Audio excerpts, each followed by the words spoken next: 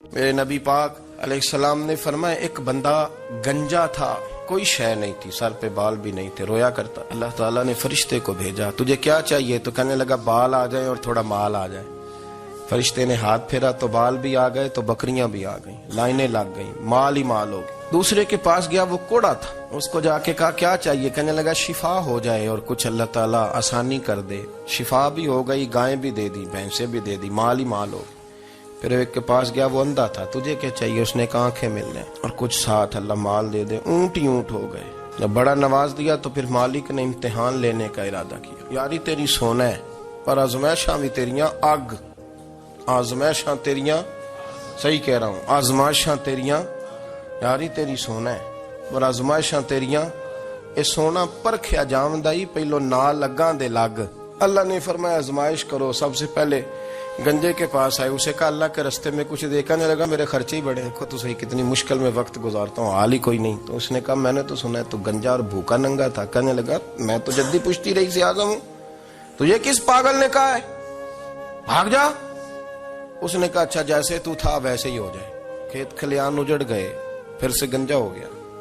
حضور علیہ السلام فرمانے لگے، پھر وہ اس کے پاس گیا جو کوڑا تھا، اسے کہا کچھ دے۔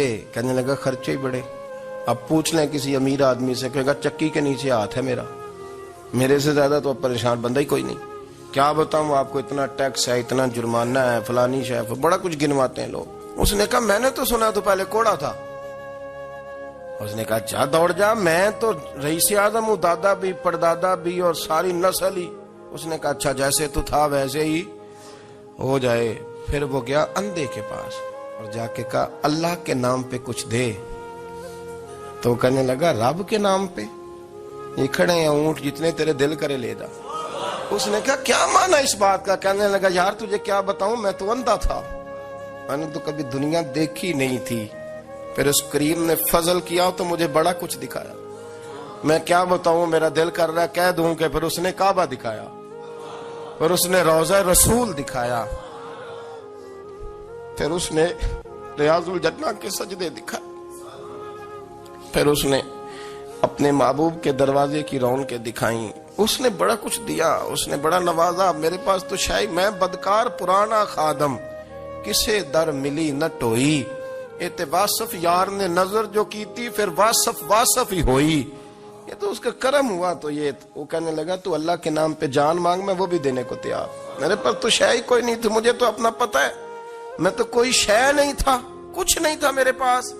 یہ تو ان کا کرم ہے کہ رخ ان کا ادھر ہے، اور مختصر سی میری کہانی ہے، یہ جو بھی ہے ان کی مہربانی ہے۔ تو وہ کہنے لگا میں بھی کچھ لینے نہیں آیا تھا، تیری آزمائش ہی کرنے آیا تھا، تیری عزتیں بھی سلامت رہیں گی، تیرا مال بھی سلامت رہے گا، تیری شفا بھی۔ اپنی زندگی میں کبھی بھی اللہ کی بارگاہ سے توجہ ادھر ادھر نہ کریں، چھوڑیں لوگ کیا کر رہے ہیں، دنیا کیا کہہ رہی، کبھی بھی اپنی توجہ دائیں۔ ہمارا یہ مسئلہ بن گیا کہ ہماری سیاست ہے، ہماری دنیا داری ہے، ہم بندوں کو راضی کرنا چاہتے ہیں، ہم دیکھتے ہیں کون کس طرح، اور آپ یقین کریں آپ تھک جائیں گے، بندے راضی نہیں ہوں گے، وہ نہیں راضی ہوتے۔ آپ ان کو منا کے لائیں گے تو ادھر والے نکل جائیں گے، ادھر کو منائیں گے تو ادھر والے نکل جائیں گے۔ اس چکر سے باہر آئیں، اس رب کو راضی کریں جو فرماتا ہے ان الذین آمنوا وعملوا الصالحات سیجعل لهم الرحمن ودا۔ فرمایا تو ایمان لانے کے بعد نیک عمل کر، میں لوگوں کے دلوں میں تیری محبت پیدا کر دوں۔ رحمان لوگوں کے دلوں میں محبت ڈال دے گا، اللہ لوگوں کے دلوں میں۔ اپنی نظر ہمیشہ اپنے رب پہ رکھیں، اتنی لمبی چوڑی دنیا داروں سے امیدیں نہ وابستہ کریں۔ میں نے دیکھا ہے لوگ کاسا لیسی کرتے ہیں، کبھی اس کے دروازے پہ کبھی اس کے دروازے پہ۔ ان چکروں سے باہر آئیں اور اپنے رب کی بارگاہ کی طرف توجہ کریں، استغفار شوق سے پڑھا کریں، اور اکیلے میں اکیلے میں۔ رئیس المتکلمین مولانا نقی علی خان صاحب رحمۃ اللہ نے لکھا ہے کہ فرعون 500 سال حکومت کر گیا، فرماتے اصل وجہ یہ تھی کہ دنیا جب سو جاتی تھی نا تو اوپر چادر لے کے تو مسلح پہ بیٹھ جاتا تھا اور ہاتھ باندھ کے کہتا تھا رب تو ہی ہے، میرا پردہ نہ کھولنا، مالک تو ہی ہے، کرم نوازی کرنا، میری پکڑ نہ کرنا۔ وہ بے ایمان ہو کے اگر 500 سال ہاتھ باندھے تو گزارا کر لیتا ہے، تو ایماندار ہے۔ پر مسئلہ یہ ہے کہ تو رات کو بکل مار کے ہاتھ نہیں نہ باندھتا، تو منت نہیں کرتا، تو استغفار نہیں کرتا۔ توبہ کریں تو بچے رہیں، وہ اتنی لمبی حکومت کر گیا چونکہ رات کو کہتا تھا مالک رب تو ہی ہے، لیکن مہربانی فرما میری پکڑ نہ فرمایا تو اللہ نے تو اس کو مہلت دے دی۔ کافروں کو آج بھی مہلت دی ہوئی نہیں رب نے۔ بڑے بڑے فقیروں کو مالدار ہوتے دیکھا، بڑے بڑے مالداروں کو فقیر ہوتے دیکھا۔ ام ربیعہ کہا کرتی تھی، بڑی نیک عورت تھی، وہ کہتی ہیں میں بڑے امیر آدمی کی بیوی تھی، اپنے شوہر کے ساتھ چھت پہ بیٹھی تھی تو نیچے فقیر مانگنے والا آیا، اس نے بڑے درد سے صدا کی تو میں نے اپنے شوہر سے کہا کچھ دے دے، کہا دفع کر، ان لوگوں نے دھندا بنایا ہوا ہے۔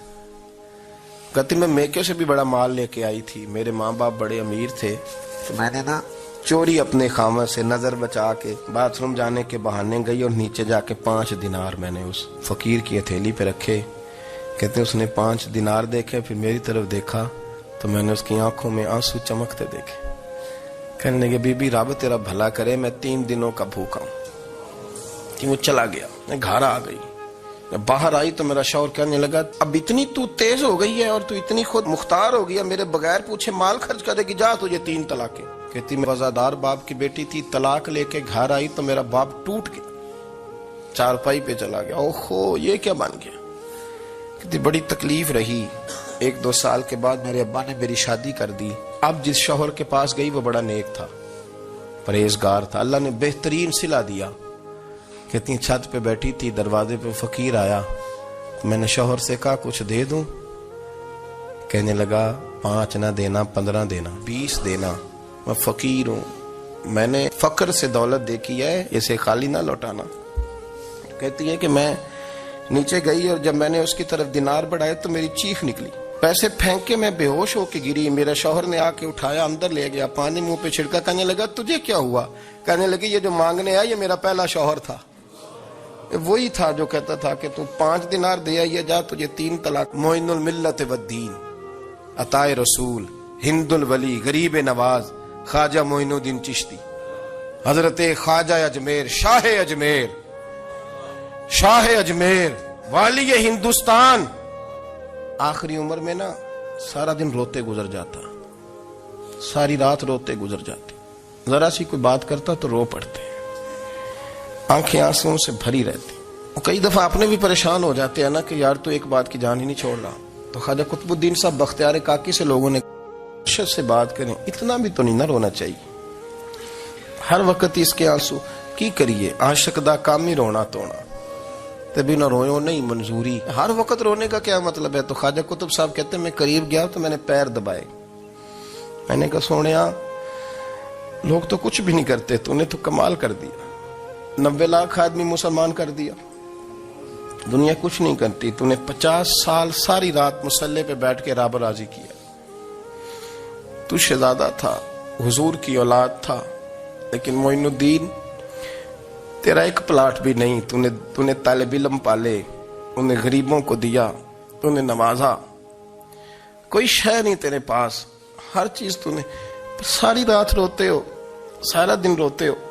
خواجہ قطب الدین صاحب کہتے ہیں میں نے جب عرض کیا تو خواجہ صاحب مجھے گلے لگا لیا، چیخ مار کے روئے، کہنے لگے قطب الدین پتر داڑھی سفید ہو گئی، جانے کا وقت آ گیا، جو تو نے نیکیاں گنوائی ہیں وہ ہیں صحیح میرے پاس، پر یار کی بارگاہ میں پیش کرنے کے قابل ایک بھی نہیں، ایک بھی نہیں۔ تو بارگاہ تو دیکھ کتنی بڑی ہے، رسول کریم کی بارگاہ میں پیش کرنے کے قابل ان میں سے ایک بھی نہیں، تو آستانہ دیکھ کتنا بڑا ہے، کیا پیش کروں گا، کیا عرض کروں گا حضور کی بارگاہ میں، کس طرح؟ وہ یار جو بڑے تھے وہ تو ڈرے ہوئے تھے، سہمے ہوئے تھے، وہ تو بڑی بڑی آزمائش میں تھے، لیکن میرا اور آپ کا رٹا 2 نمازیں پڑھ کے 6 نمازوں کا دعویٰ کرنا اور لمبی چوڑی کہانیاں بنانا اور اپنے منہ سے اپنی تعریفیں کرنا، اس سے تھوڑا باہر آئیں۔ رزق بھی میرا اللہ ہی دیتا ہے، علم بھی اللہ دیتا ہے، رزق بھی۔ حضرت سیدنا امام اعظم ابو حنیفہ رحمۃ اللہ تعالی علیہ کے ساتھ ایک شخص کہتا میں نے نماز پڑھی تو عشاء کی نماز تھی، یہ جو لوگ بڑے ہوتے ہیں نا، جن کے پیار کرنے والے بڑے ہوتے ہیں، ان کے گرد خوف بھی بڑا ہی ہوتا ہے، انہیں بڑا ڈر لگتا ہے، بڑی بعض اوقات آزمائش ہوتی ہے۔ عشاء کی نماز کہتے پڑھی تو امام صاحب نے نا عشاء کی نماز میں تلاوت کی آیتیں فَمَن يَعْمَلْ مِثْقَالَ ذَرَّةٍ خَيْرًا يَرَهُ وَمَن يَعْمَلْ مِثْقَالَ ذَرَّةٍ شَرًّا يَرَهُ، فرمایا جو ذرہ برابر خیر کرے گا وہ بھی قیامت میں دیکھے گا، اور جو ذرہ برابر شر کرے گا وہ بھی قیامت میں اس شر کو دیکھے گا اس کے سامنے آئے گا. تو وہ شخص کہتا ہے کہ سارے لوگ نماز پڑھ کے چلے گئے تو امام صاحب رحمت اللہ علیہ نا اپنی داڑھی پکڑی رو رہے ہیں. کہتے ہیں وہ ذرہ برابر نیکی کا بدلہ دینے والے، وہ ذرہ برابر شر پہ سزا دینے والے میری سفید داڑھی کو دیکھ. مالک میرے ذرے ذرے سامنے نہ لانا، لوگ تو میری بڑی قدر کرتے ہیں دنیا، میں تو بڑا پہچانا جاتا ہوں، لوگ تو میری راہوں میں پھول لیے کھڑے ہوتے ہیں، مجھے بڑا نوازتے ہیں. قیامت میں رسوا نہ کر دینا، میرے لیے مشکل ہو جائے گی. وہ کہتے ہیں میں نے امام صاحب کا درد دیکھا، مجھے کوئی کام تھا تو میں چلا گیا. میں نے کہا کہ وہ اس وقت اللہ کے حضور حاضر ہیں تو میں دوبارہ آؤں گا. کہتے میں تہجد کا وقت آیا تو امام صاحب وہیں بیٹھے تھے اور ان کی داڑھی آنسوؤں سے بھری ہوئی تھی اور زور سے داڑھی پکڑی ہوئی. کہنے لگے مالک رسوا نہ کر دیں، قیامت میں رسوا نہ کر دیں. یار جو ہدایت یافتہ لوگ تھے وہ تو ڈرے ہوئے تھے، وہ تو سہمے ہوئے تھے. وہ تو کہتے تھے یہ اس کا فضل نہیں، اس نے بلا لیا، یہ اس کا کرم نہیں. حضرت بایزید بستامی کسی کافر کو دیکھتا تو رو پڑتے، کہتے مالک تو کتنا کریم ہے، یہ بے ایمان رہ گیا، تو نے اپنے فضل سے مجھے اپنے نبی کا غلام بنا لیا. وہ رو پڑتے. یہاں تو لوگوں کا دعویٰ ہی بڑا ہے.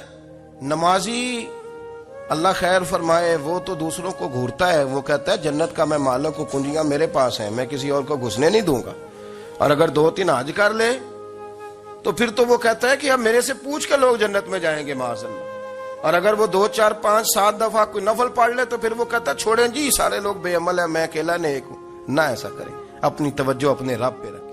جب یہ نظریہ بن گیا، جب یہ ذہن بن گیا کہ پیدا اللہ نے کیا ہے، دینا اللہ نے ہے، عطا کرنے والا اللہ ہے، نوازنے والا اللہ، تو پھر ساری توجہ دنیا داروں کی طرف رکھنا. میں اللہ والوں کی طرف توجہ رکھنے کا قائل ہوں، لیکن وہ بھی کوئی آستانہ ہے کہ جہاں حق مرشد کا نعرہ تو بڑا لگے پر رب کا نام ہی نہ سننے کو ملے. یہ بھی کوئی بات ہوئی کہ جہاں یہ تو نعرہ زور سے لگے کہ جیوے جیوے مرشد جیوے، لیکن استغفار کا درس ہی نہ ملے. جہاں ہر وقت یہ بتایا جائے کہ یہاں آ گئے تو بچ گئے. کیسے بچیں گے؟ میرے رسول پاک علیہ السلام کا دروازہ سب سے بڑا دروازہ ہے، لیکن میرے دوستو یاد رکھنا نبی پاک علیہ السلام نے بھی لوگوں کو جب رستہ دکھایا ہے تو رب کریم کا رستہ دکھایا ہے. میرے رسول کریم سید عالم صلی اللہ تعالی علیہ وسلم نے لوگوں کی اللہ کی جانب توجہ کرا. میری بات کو اچھے طریقے سے سمجھیے گا. علم اللہ تبارک و تعالی عطا کرتا ہے تو اسے اللہ کی عطا ہی سمجھنا چاہیے. کچھ لوگوں کے پاس علم ہوتا ہے پر علم نافع نہیں ہوتا، وہ ٹامک ٹونجا مارتے رہتے ہیں ساری زندگی. علم کو اللہ کی عطا سمجھیں، اپنی عقل پر اپنے شعور پر زیادہ بھروسہ نہ سمجھیں، نظر اللہ پہ رکھیں. حضرت مولا علی شیر خدا کرم اللہ تعالی وجہہ الکریم سے کسی نے پوچھا تھا بڑا عالم کون ہوتا ہے؟ ہمارے ہاں تو اب وہ والے عالم پائے جاتے ہیں نا اللہ ماشاءاللہ، جو ممبر پہ بیٹھتے ہیں تو دعوے ہی دعوے، اس طرح کے عالم ہمارے ہاں پائے جاتے ہیں، وہ ہر بات میں دعویٰ کرتے ہیں. یہ مزاج علماء کا نہیں. حضرت علی المرتضیٰ سے کسی نے پوچھا بڑا عالم کون ہوتا ہے؟ فرمایا بڑا عالم وہ ہوتا ہے کہ جسے مسئلے کا پتہ نہ ہو تو وہ کہہ دے مجھے نہیں پتا، میں پتہ کر کے بتاؤں گا، غلط بات بیان نہ کرے. امام مالک سے کسی نے کوئی مسئلہ پوچھا تو آپ فرمانے لگے مجھے اس سوال کا جواب نہیں آتا. وہ کہنے لگا آپ اتنے بڑے امام ہیں تو اس سوال کا جواب نہیں آتا. آپ فرمانے لگے اگر مجھے ہر سوال کا جواب آتا پھر تو میں خدا ہوتا. مجھے تو اتنا آتا ہے جتنا میرے رب نے مجھے عطا کر دیا ہے. اپنی نظر اللہ پہ رکھیں. نکل آئیں اس معمے سے باہر کہ میں کوئی بلا ہوں، مجھے بڑا پتہ ہے، میرے پاس 6 ڈگریاں ہیں، مجھے 10 جگہ پہ تدریس کا شغف حاصل ہے. اس سے نکلیں باہر. قرآن مجید دیکھیے گا اللہ تعالیٰ نے ارادہ قدرت فرمایا کہ میں حضرت آدم کو بناؤں گا.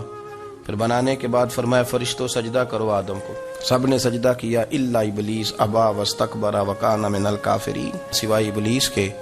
اس نے انکار بھی کیا اور تکبر بھی کیا اور کافروں میں سے ہو گیا.